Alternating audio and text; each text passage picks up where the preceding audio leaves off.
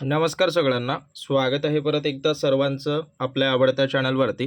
तर कामगार आयुक्तालयामध्ये ज्या विद्यार्थ्यांनी निरीक्षक, लेखापाल किंवा लघुटंक लेखक या कुठल्याही पदाला अर्ज केला असेल, तर त्यांची जी काही लेखी परीक्षा होणार आहे, तर त्या लेखी परीक्षेमध्ये सामान्य ज्ञान या विषयावर आधारित काही पोस्टसाठी 15 प्रश्न आणि काही पदांसाठी 10 प्रश्न या ठिकाणी विचारण्यात येणार आहेत.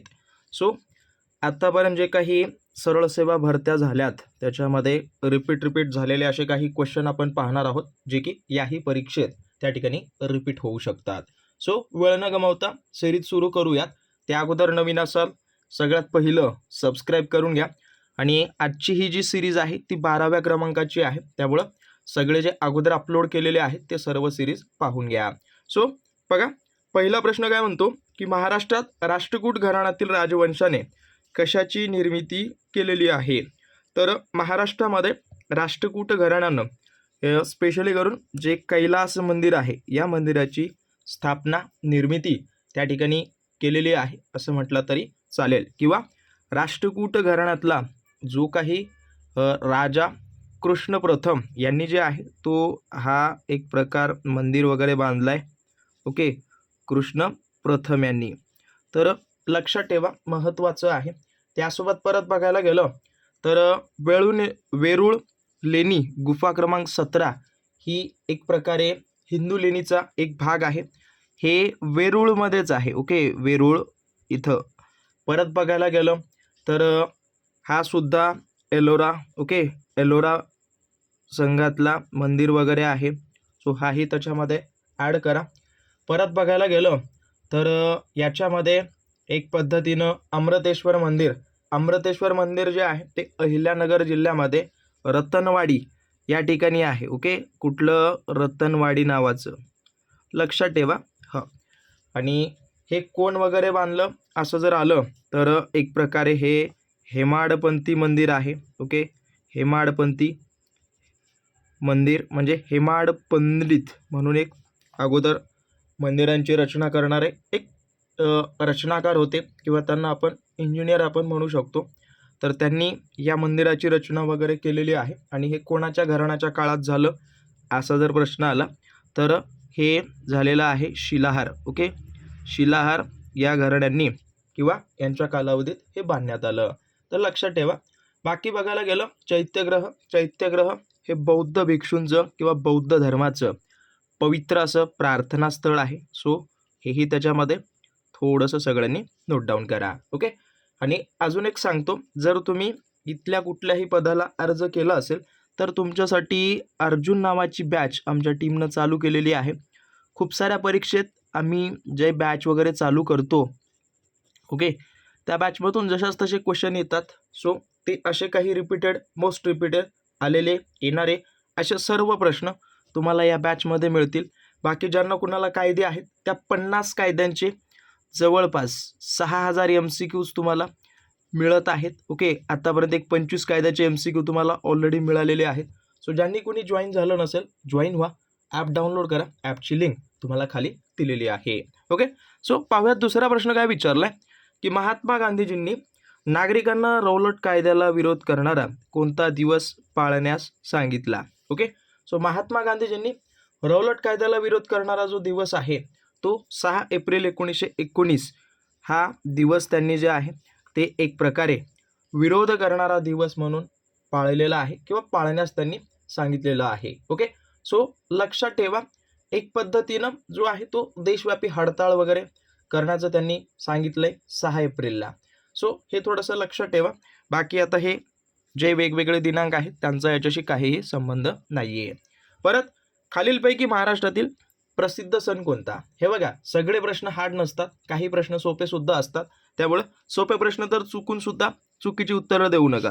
सो गुढीपाडवा हा आपल्या महाराष्ट्रातला सगळ्यात महत्त्वाचा सण आहे. इथूनच आपल्या महाराष्ट्राच्या मराठी माणसांची नवीन वर्षाची सुरुवात त्या ठिकाणी होत असते. सो लक्षात ठेवा. बाकी बघायला गेलं छठपूजा. छठपूजा हा बघायला गेलं तर बिहार राज्यातला महत्त्वाचा सण, त्यासोबत उत्तर प्रदेशमध्ये सुद्धा हा महत्त्वाचा सण मानतात. बाकी ओणमच्या बाबतीत बोलायला गेलं तर केरळ राज्याचा हा महत्त्वाचा सण आहे. आणि उगाडी जर विचारलं तर हा काय आहे, कर्नाटक या राज्याचं आहे. ओके, सो लक्षात ठेवा. आणि अजून एक सांगतो, ज्यांनी कुणी टेस्ट सोडवली नसेल, टेस्ट सोडवा. त्या अर्जुन बॅचमध्ये टेस्ट पेपर दिलेली आहे. जसा तुमचा ऑनलाईन पेपर होणार आहे grouping system wise, same to same त्याच पद्धतीनं ते बनवण्यात आलेलं आहे. त्यामुळं आत्तापासून प्रॅक्टिस करत राहिलात तर तुम्हाला त्या ठिकाणी कल्पना येऊन जाईल. ओके, सो एक वेळा बघा ऑनलाईन फॉर्मॅटमध्ये जसा पेपर तुमचा होईल त्या पद्धतीने तिथं डेव्हलप करून देण्यात आलेलं आहे. परत नर्मदा नदीचं असलेलं जे उगमस्थान आहे अमरकंटक, ते कुठल्या अशा राज्यात आहे? तर नर्मदा नदीचं जे उगमस्थान अमरकंटक हे जे आहे ते कुठं आहे? तर हे मध्य प्रदेशमध्ये येतं किंवा या ठिकाणी आहे असं म्हटलं तरी चालेल. ओके, हां, नर्मदा सोबत अजून एक नदीचं उगमस्थान याच ठिकाणी आहे. सोन नावाची एक नदी आहे, सोन नावाची, तर त्या नदीचं सुद्धा उगमस्थान याच ठिकाणी आहे. परत बघायला गेलं तर महाराष्ट्रामध्ये वेगवेगळ्या नद्या उगम पावतात, जसं की गोदावरी. ओके, परत बघायला गेलं तर याच्यामध्ये भीमा, परत त्याच्यामध्ये कृष्णा. ओके, या सर्व नद्या आपल्या महाराष्ट्रामध्ये उगम पावतात.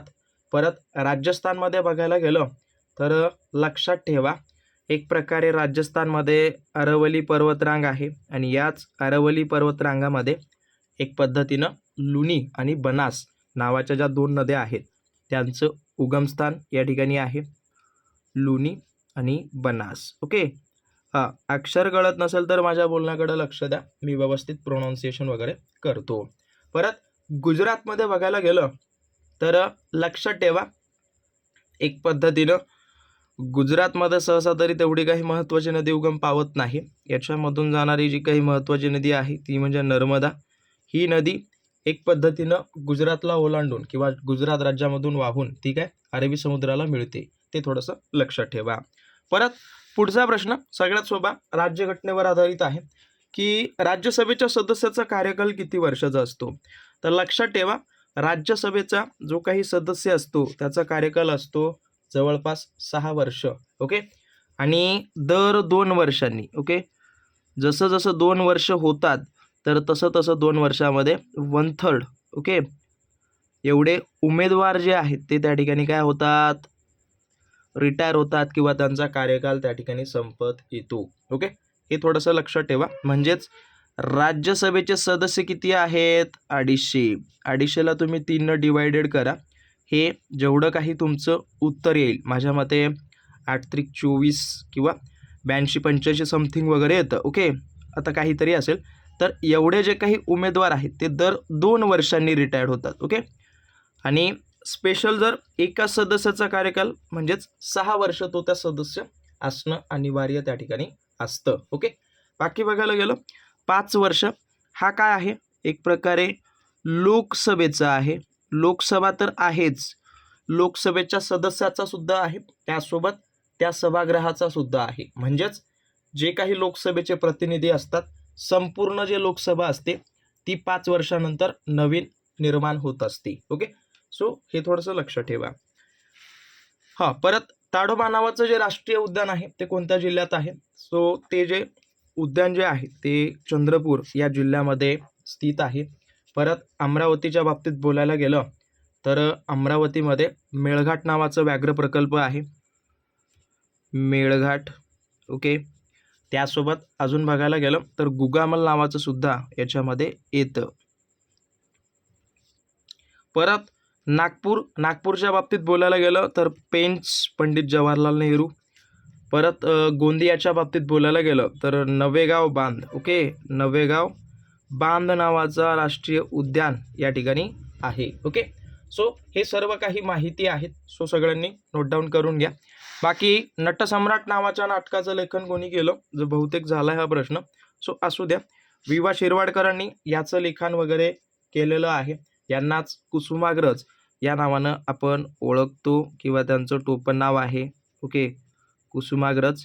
बाकी वि स खांडेकर यांनी महत्त्वाची अशी कादंबरी लिहिली ययाती, आणि याच कादंबरीला पहिलं ज्ञानपीठ पुरस्कार आपल्या महाराष्ट्रात मिळालं आहे, हेही थोडंसं लक्षात ठेवा. बाकी कृष्णाजी केशव दामले यांच्याबद्दल बोलायला गेलं तर यांना केशवसूत या नावानं ओळखलं जातं. ओके, केशवसूत टोपण नाव आहे. आणि यांनी जे आहे किंवा यांना एक प्रकारे आधुनिक मराठी कवितेचे जनक या नावानं ओळखलं जातं. अमकच. ओके. सो लक्ष ठेवा.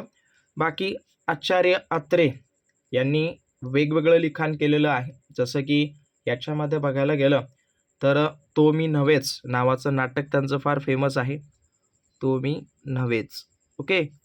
हे थोडंसं लक्षात ठेवा. बाकी केंद्रीय कापूस संशोधन केंद्र हे कुठं आहे तर नागपूर या ठिकाणी हे केंद्रीय कापूस संशोधन केंद्र आहे. परत याच्यामध्ये अजून वेगवेगळ्या संस्था वगैरे आहेत, त्या थोडंसं पाठ करा. बाकी हा वाला एक प्रश्न दिलाय, लाल रक्तपेशीचं जीवनचक्र वगैरे किती दिवसाचं असतं तर ज्या काही रेड ब्लड सेल्स असतात तर त्या ज्या आहेत त्या जवळपास 120 दिवस त्या ठिकाणी जिवंत राहतात. ओके. 120 डेज ते त्या ठिकाणी जिवंत राहतात. ते तुम्ही ॲड करू शकता. बाकी यांची निर्मिती वगैरे कुठे होते तर निर्मिती त्याची कुठे होते बोन मॅरोमध्ये. ओके. किंवा मोठ्या हाडांमध्ये, बोन मॅरोमध्ये, अस्थिमज्जा. आणि यांचं विघटन वगैरे कुठं होते तर जे काही प्लीहा असतं तिथं, त्याच्यासोबत यकृत असतं तिथं, या दोघांच्या ठिकाणी या नष्ट वगैरे पावत असतात. त्याच्यामधून बिलिरुबिन वगैरे बनतं. ते आहे त्याची प्रोसेस. बाकी शेवटचा प्रश्न कमेंट करून द्या, तुमच्यासाठी सोडत असतो. काय दिले की हॉस्टाईलचं तुम्हाला एक पद्धतीनं विरुद्धार्थी शब्द सांगायचं आहे.